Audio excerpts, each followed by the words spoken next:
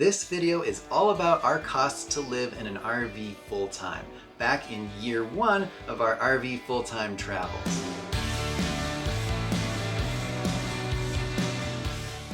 Hey everyone, we're Christine and Kevin, and thanks for joining us for the next video on what our RV living costs have been.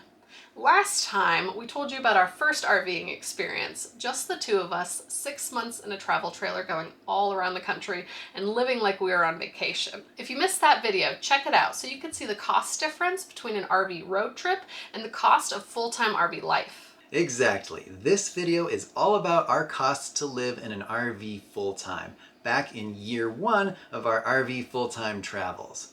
If you haven't watched our videos before, we're currently partway through year 4 of full-time travels with 2 kids and a dog in a 5th wheel. So here we'll take you through each category and overall costs like last time, but now with a larger RV and a bigger family, and show you how RV full-time costs differ from an extended RV road trip. So let us answer how much it cost us to live in an RV full-time. Again, we're sharing this because we just happen to track this info for ourselves. We find it really useful to see what other full-time RVers are spending, and we want to inspire you in your own travels and inspire you to create your own RV budget and see that this is possible. After our 6-month RV road trip, when we relocated to Denver and started work again, we thought we'd be there long term. We really did love it there, and in fact, Colorado is still one of our favorite places, but we eventually started thinking about RVing again. We had our 2 kids, and I was already working remotely, so we thought full-time RV life was possible and what we wanted to do next. So we bought a 5th wheel at the beginning of 2018 and moved in right at the end of February. So our RV full-time costs for this first year will be from March 2018 through February 2019. A quick story about what our first year looked like for some context for the numbers. This was now our life, so we wanted to live a little bit more reasonably, pace ourselves, and actually stick to a real budget. We were semi-stationary in the Denver, Colorado area for the first 6 months and still had our Subaru as a second vehicle for part of the year. We weren't stationary in one spot, but various campgrounds around Denver, mostly the state parks. We took a trip out to Illinois and another to the West Coast, both to see family, and stayed with them, so that saved a lot on campgrounds. We went to Germany for a few weeks, but this was cheaper for us than you might expect, and we'll talk more about that later. We then headed to Florida at the end of the year to establish residency there. We have a laptop here with all the data that we'll be referencing and also putting on the screen for you all as we go along. What's not included in the monthly and total numbers we're about to share with you here is the cost of our truck and RV, because we used money from the sale of our townhome back in DC and savings to pay for those outright, so there weren't any monthly payments. But the truck cost $47,204, and it's a 2016 Ram 3500 dually, and there were about 31,000 miles on it at the time of purchase. Our RV cost $66,981, and it's a 2018 Jayco Pinnacle 37 MDQS. We bought our RV new. Similar to buying our travel trailer for our 6-month trip, we found that what we wanted seemed to be more expensive on the used market, crazily enough, and that we could get all the options that we wanted or leave off the ones that we didn't want by buying it new. It's also a mid-den/bunk model with a loft that was newer and didn't seem to be as available at the time. So factor in whatever RV and tow vehicle you choose and the monthly payments for each of those. There are lots of calculators online that can help you figure out ballpark what a monthly payment for each of those might be. We also don't include the cost to pick up the truck and the RV prior to us starting full-time RV living. I took a trip to pick up the truck in Ohio and then again later to get our RV in Indiana, as they were both purchased out of state. So keep in mind you might get a better deal out of state, but then you would have costs to bring it back to where you are. There were some costs to move into the RV that we don't include since that took place prior to actually starting full-time, like boxes, RV storage for a week, additional camping days to overlap the last few days in our apartment, and travel expenses to take some additional things to my dad's storage unit where we were keeping some of our items. And we didn't have the cost of a home or rental that we were maintaining while on the road. storage fees that we personally had to pay for, or laundry since we have the units here in our RV. We also don't include our business expenses, so factor all those into your RV budget if applicable to you guys. RVing costs can vary quite a bit from person to person, depending on how big your family is, the kind of lifestyle you like to live while you're traveling, how fast you're moving, and various other factors. This is just what it cost our family in our situation.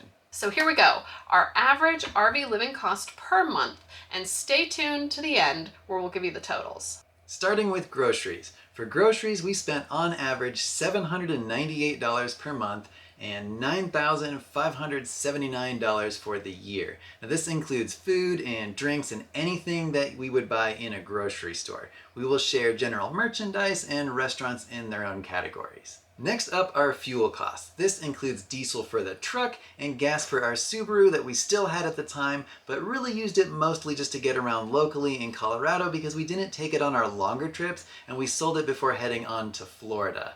This also includes gas for the generator, which we didn't really use very much, and propane. This category cost us an average of $537 a month and $6,445 for the year. General merchandise / miscellaneous. This includes things that aren't food and drink, but we can't just buy at a regular grocery store. Things like clothes, presents, toys and games, other supplies, postage, ATM withdrawals that we didn't tie specifically to another category, essential oils, electronics, etc. It also includes RV specific items, which this year were items like a bike rack, a shoe rack, our awesome dishwasher, tubs and organizational items, the generator, a WeBoost, HEPA filter, easy starts for the ACs. You get the picture. We did have to buy a lot for the RV to start this first year. This category cost us an average of $675 monthly and $8,099 for the year. Medical, dental, and vision care. Remember on our 6-month RV road trip costs, I told you that this category basically killed us because of how much it cost? Well, this time it's thankfully easy and it is $0, and that is awesome. Since we were working while traveling, unlike last time, we were covered through my company and an HSA. Entertainment and travel. This category contains everything that we do for fun. We find a lot of cheap and free things to do while we're on the road, but at times we pay entrance tickets, museums, events, festivals, state parks, you name it. This also includes our National Parks Pass, which we feel is essential. Travel includes any flights, hotels, or rental cars, and in this year our trip to Germany to visit family. So the travel portion was actually pretty low because once we got there, we stayed with family and we shared food costs, so it was pretty inexpensive all in all. This category also includes any tolls or parking fees. So this category was an average of $205 per month for a total of $2,464 for the year.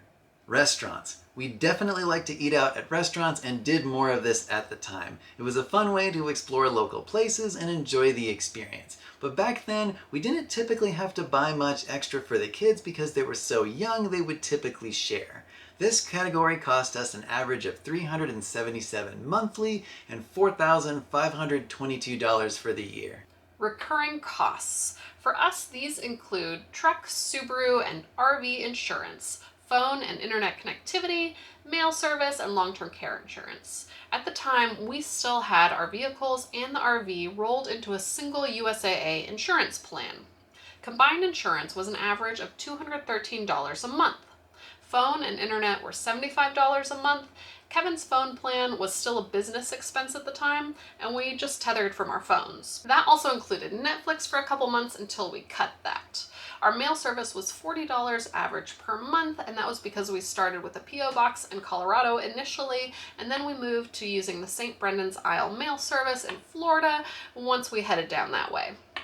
All these recurring costs were an average of $346 per month and $4,155 for the year. Vehicle maintenance budget. It cost us on average $258 per month for a total of $3,097 for the year to maintain our truck, Subaru, and RV. Here's the breakout. These included routine maintenance as well as repairs, plus any RV projects. There were things like oil changes and alignments, filters, new tires, a windshield replacement, replacing the RV door latch, generator oil, building a gate for the RV loft, TV antenna repair, and so on. Though there seemed to be less maintenance this year with a new RV compared to later years, we do recommend that you budget for things like this because they will happen. RV rent.